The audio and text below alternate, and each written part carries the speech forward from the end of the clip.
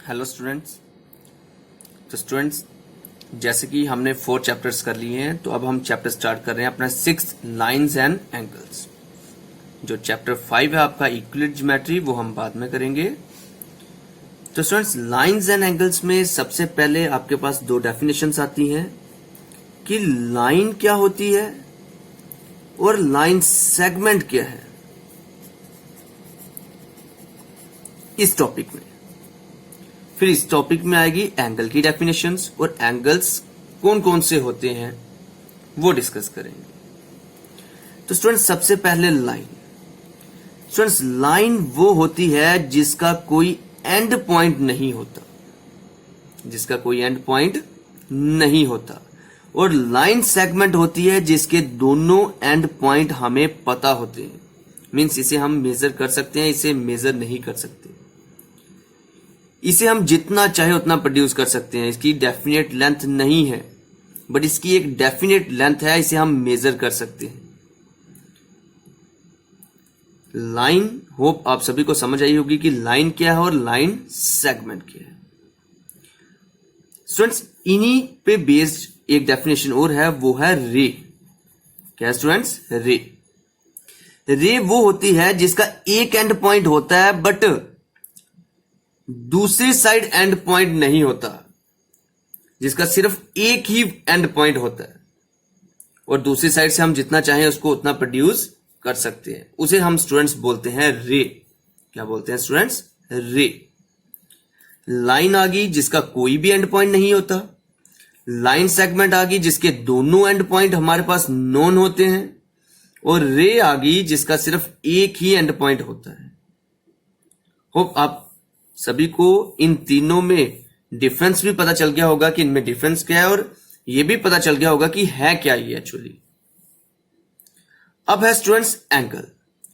तो स्टूडेंट्स, जैसे कि आपने अभी रे पढ़ी जिसका एक एंड पॉइंट होता है, तो ये आ गई रे। वही रे, उस जो दूसरी रे होगी उसका एंड पॉइंट भी यही होना चाहिए। मींस दो रे का अगर कॉमन वर्टेक्स है, दो रे का अगर कॉमन वर्टेक्स है तो वो एक एंगल बना देते हैं। तो एंगल कैसे बनता है?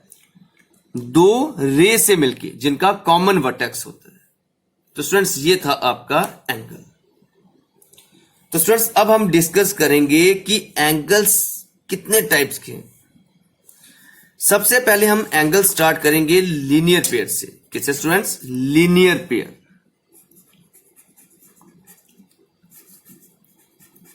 ये आपके लिए न्यू वर्ड्स होंगे, लीनियर पेयर, और भी जो बड़े सारे आएंगे, इसलिए स्टूडेंट्स इसको ध्यान से समझना, ये बेसिक है। अब स्टूडेंट्स, होता क्या, अगर कोई एक स्ट्रेट लाइन है, अगर क्या स्टूडेंट्स, कोई एक स्ट्रेट लाइन और इस पे कोई रे फॉल कर रही है। रे मीन्स उसका एक एंड पॉइंट है, दूसरा हमें नहीं पता।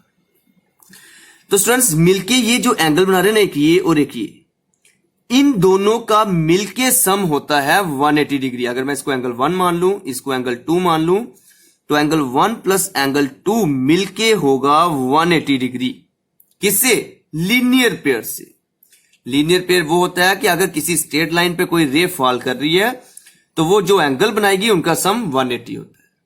जैसे आपने पहले भी पढ़ा हुआ है कि एक स्ट्रेट लाइन पे ये जो एंगल बनता था ये 180 होता था, जिसे हम स्ट्रेट एंगल बोलते थे।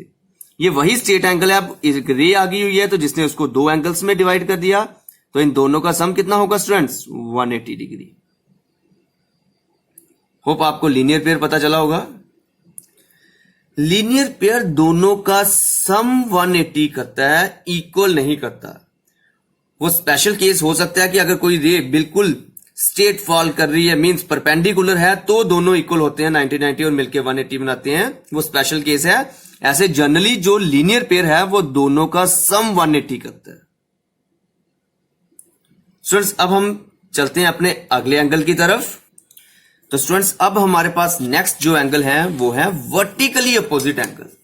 ये भी न्यू वर्ड है आपके लिए, तो ध्यान से समझना।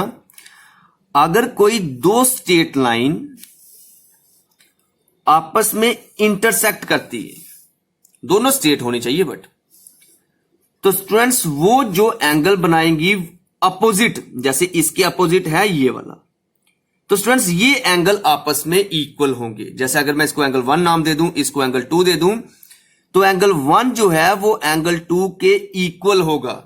लीनियर पेयर दोनों का सम 180 करती थी, बट इसमें इक्वल हो जाते हैं। अगर ये 40 डिग्री है तो ये भी 40 डिग्री होगा, मींस अपोजिट एंगल इक्वल होंगे। ये भी आपस में वर्टिकली हैं, इट मींस एंगल 3 और एंगल 4 भी आपस में क्या होंगे, इक्वल। किससे? वर्टिकली अपोजिट एंगल से। वर्टिकली अपोजिट एंगल हमें बोलते हैं अगर दो लाइंस आपस में इंटरसेक्ट करें तो वो जो अपोजिट एंगल्स बनाते हैं उन्हें हम वर्टिकली अपोजिट एंगल बोलते हैं, और वो आपस में इक्वल होते हैं। बड़े बच्चे ऐसे सोचते हैं कि अगर ये रे एक ऐसी है और एक इधर से ऐसी चलेगी, तो स्टूडेंट्स ये वर्टिकली अपोजिट नहीं, अगर ये टेढ़ी हो जाती है तो दोनों लाइन स्ट्रेट होनी चाहिए। अब कुछ बच्चे क्या सोचेंगे, ये और ये वर्टिकली अपोजिट एंगल है, तो स्टूडेंट्स ये वर्टिकली अपोजिट एंगल नहीं है। वर्टिकली अपोजिट के लिए ये लाइन और ये लाइन दोनों स्ट्रेट लाइंस होनी चाहिए। तो अब मैं चलता हूं अपने नेक्स्ट एंगल की तरफ। तो स्टूडेंट्स अब हमारा नेक्स्ट एंगल है अल्टरनेट इंटीरियर एंगल्स। क्या students? Alternate interior angles. Alternate interior angles बनते हैं अल्फाबेट Z पे, बट इसकी एक कंडीशन होती है कि इसकी ये जो लाइंस हैं वो पैरेलल होनी चाहिए। अगर ये लाइंस पैरेलल है और वो Z बना रही हैं, तो ये जो एंगल बनेंगे इन्हें हम बोलेंगे अल्टरनेट इंटीरियर एंगल्स। बड़े बच्चे सोचते हैं कि अगर Z ऐसा है और ऐसा हो गया तो ये भी अल्टरनेट होंगे। ये अल्टरनेट नहीं है। अल्टरनेट की कंडीशन है कि उसकी जो दोनों लाइंस हैं वो पैरेलल होनी चाहिए, और अगर वो दोनों लाइंस पैरेलल हैं और कोई लाइन सेगमेंट उनको ज्वाइन कर रही है, तो ये जो एंगल होंगे ये अल्टरनेट इंटीरियर एंगल्स होंगे। मींस अगर इसको मैं नाम दे दूं 1, इसको 2, तो एंगल 1 जो है वो इक्वल होगा एंगल 2 के, इक्वल। अल्टरनेट इंटीरियर एंगल्स भी इक्वल करते हैं, वर्टिकली अपोजिट एंगल भी इक्वल करते थे, बट लीनियर पेयर जो है वो सम 180 करता था। होप आपको अल्टरनेट इंटीरियर एंगल्स क्लियर हुआ होगा। अब मैं चलता हूं स्टूडेंट्स नेक्स्ट को इंटीरियर एंगल्स। को इंटीरियर एंगल्स स्टूडेंट्स अब ध्यान से देखिए, इसकी भी कंडीशन है कि अगर दो पैरेलल लाइंस आपस में इंटरसेक्ट होती हैं, ऐसे जो कोई लाइन सेगमेंट उनको ज्वाइन करती है, तो ये जो अंदर वाले एंगल्स हैं इन दोनों का सम 180 होगा। इन दोनों का सम 180 होगा। इसकी भी कंडीशन है ये लाइनें पैरेलल होनी चाहिए। फिर अगर ये दोनों पैरेलल नहीं है तो इन दोनों का सम भी 180 हो या ना हो, उसकी पॉसिबिलिटी हमारे पास नहीं है। बट अगर ये दोनों लाइंस पैरेलल हैं तो को इंटीरियर एंगल्स हमें बोलते हैं कि इन दोनों का सम 180 होगा। अगर मैं 1 मान लूं, इसको 2 मान लूं, तो एंगल 1 प्लस एंगल 2 मिलके इन दोनों का सम होगा 180 डिग्री। कंडीशन क्या है कि ये लाइन पैरेलल होनी चाहिए। होप आप सभी को को इंटीरियर एंगल्स समझ आए होंगे।